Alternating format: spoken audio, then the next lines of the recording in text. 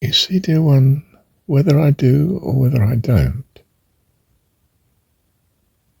in a sense it makes no difference, because it is He that is doing, He that is making opportunity, He that decides or decides not to.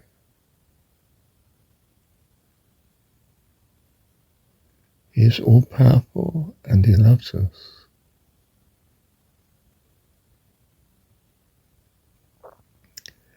We are in that sense passive, because it's all provided for us. It's not that you have to make great decisions. You can choose to if you wish, or you can choose not to. It makes no difference, because He is, and that is everything. Everything to life eternal, everything to wisdom, everything to outcome, everything to being, everything to past, present, and future.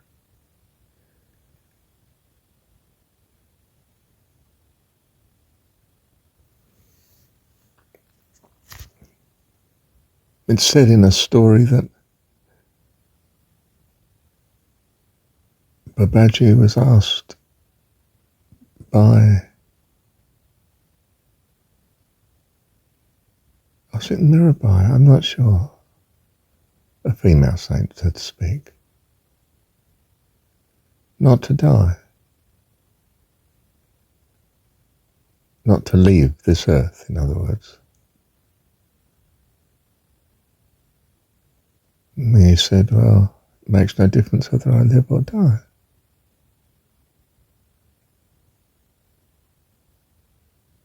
To which she replied, well, if it makes no difference, please stay, don't die.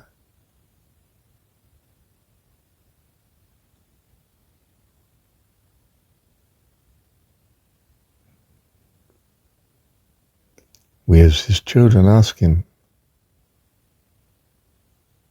you're all powerful. May we therefore simply have to answer, because it makes no difference. Everything wonderful is still so.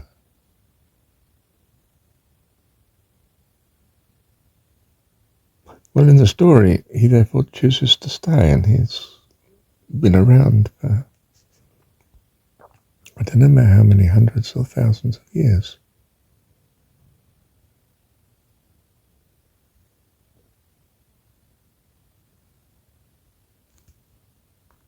Again, it makes no difference, dear one, whether the story is in some sense valid or not.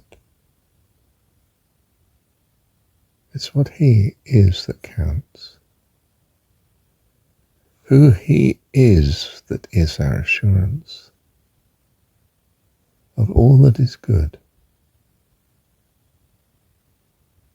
by His grace and loving kindness. So if, in the sense in the story, Babaji had said no, it would still have been to great blessing,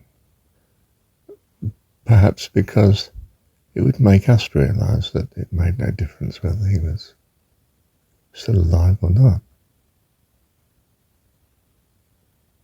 Either way is perfect outcome, because our God is perfect. Well, in the story there isn't quite that notion of a personal loving God.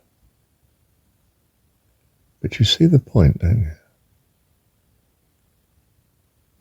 So, in a trivial way, whether Marshall goes to England, the UK, and sees his eldest son and so on or not, makes no difference.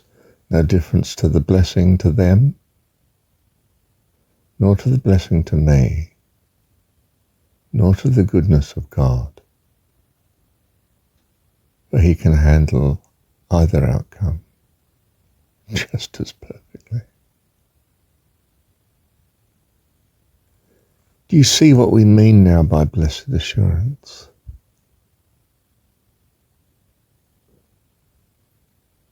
And the consequence of such infinite peace, infinite joy at his being, life eternal.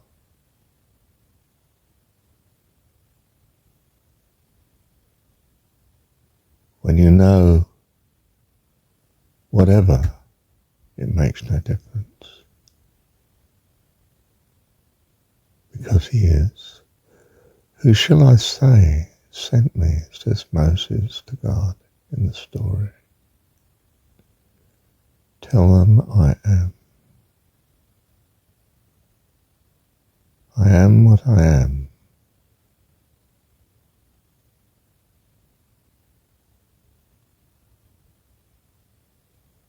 You see, that is everything to us, dear one. It's our Heavenly Dad, all powerful, all loving, all. Love you, Heavenly Dad. Thank you, Dad. You see, in the hymn, the writer had lost his family, or a great chunk of it, his kids at sea. I think he just had his wife and one child left, I'm not sure. But he had blessed assurance, you see. In that sense, he knows God as our Heavenly Dad, all powerful and all loving.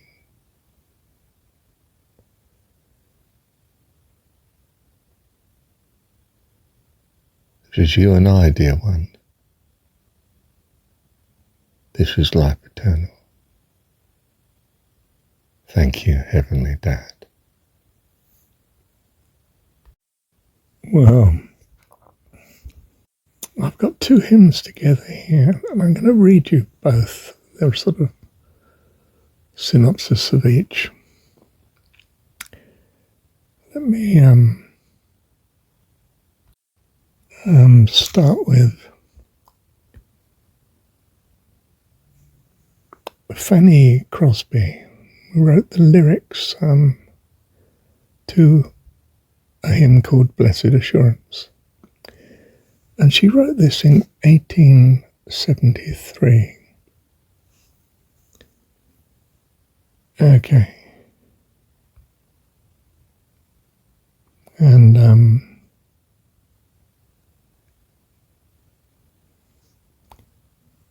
well, it's blessed assurance, Jesus is mine. Oh, what a foretaste of glory divine, heir of salvation, purchase of God, washed in his spirit, washed in his blood. This is my story, this is my song, praising my Saviour all the day long. And there's a repeat of it and so on. And now let me take you to another that I referred to in just before in this recording. And this is Horatio Stafford. It is well with my soul. And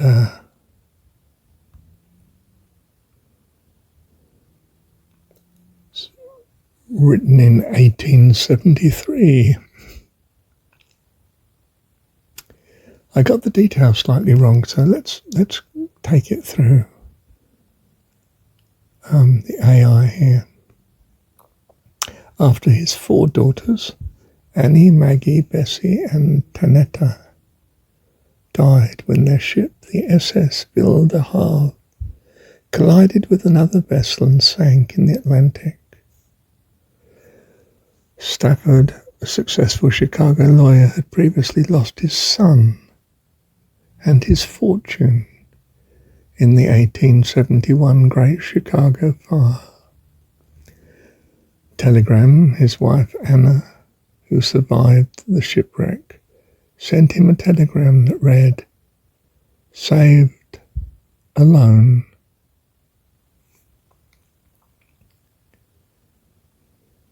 Well, Stafford wrote while travelling to meet his grieving wife. The captain informed Stafford that they were passing over the spot where his daughters had died. Inspired by his deep faith in that moment of immense sorrow, Stafford penned the lyrics, "When peace, like a river, attendeth my way, when sorrows like sea billows roll, whatever my lot, thou hast taught me to say, it is well with my soul."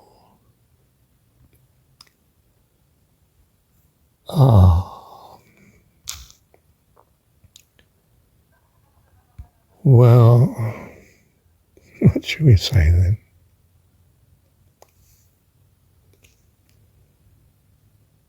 You see, he had a blessed assurance, penned by another lady, another hymn writer, in the same year, 1873. So he'd lost his son earlier and then his 4 daughters, and was financially ruined by the fire. Chicago. Dear one, do you want overriding faith? Or do you want to be overridden by the calamities of a uncertain world, the tragedies thereof? Choose you this day whom you will love. Thank you, Heavenly Dad. Yes, if you think there's any other way you could conceivably cope with such a tragedy,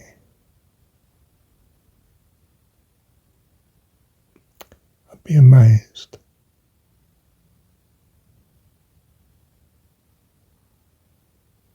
I think the only way is trust in an all-powerful, all-loving God.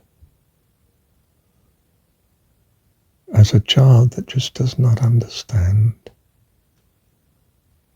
so much of living in this world of transitory things, of uncertainty, of change, of good and bad, light and dark.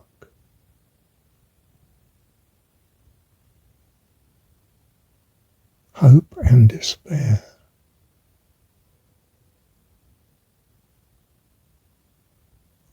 I don't think there's any other solution than to trust that God is your Heavenly Dad, and indeed Heavenly Dad and Creator of all,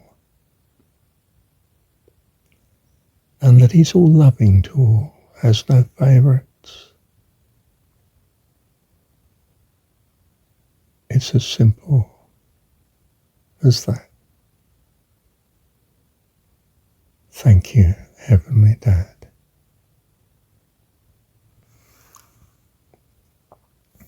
And so it is when we thank God for not just the good things that we can appreciate, but the things that seem anything but good. In fact, terrible even. We are confronted with an unfolding experience of life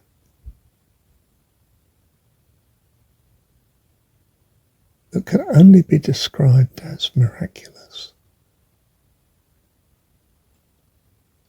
Taste and see.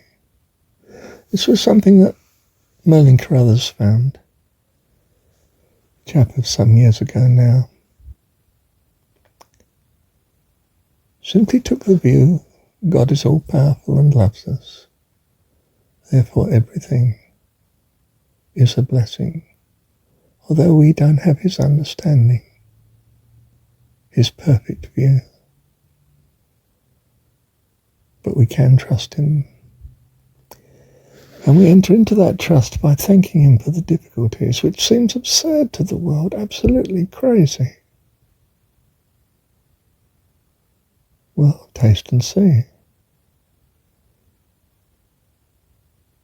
Do you find miracles follow when you trust God, or the things you think should never have happened?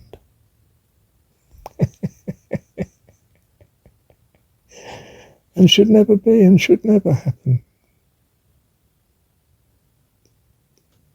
Taste and see.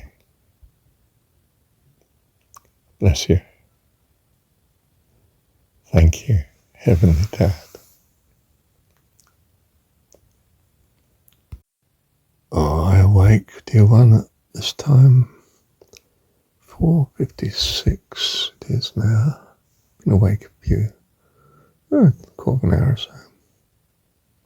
No, I'm not happy with this recording because, well, a couple of things.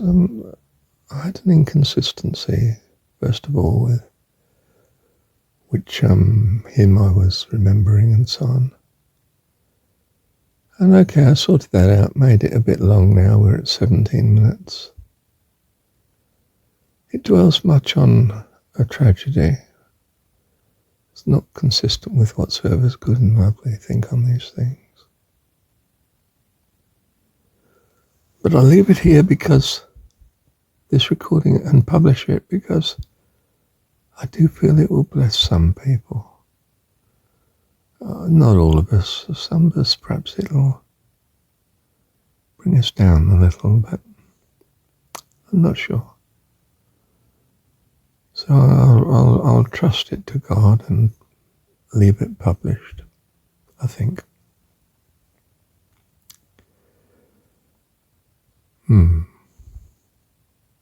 Thank you, Heavenly Dad.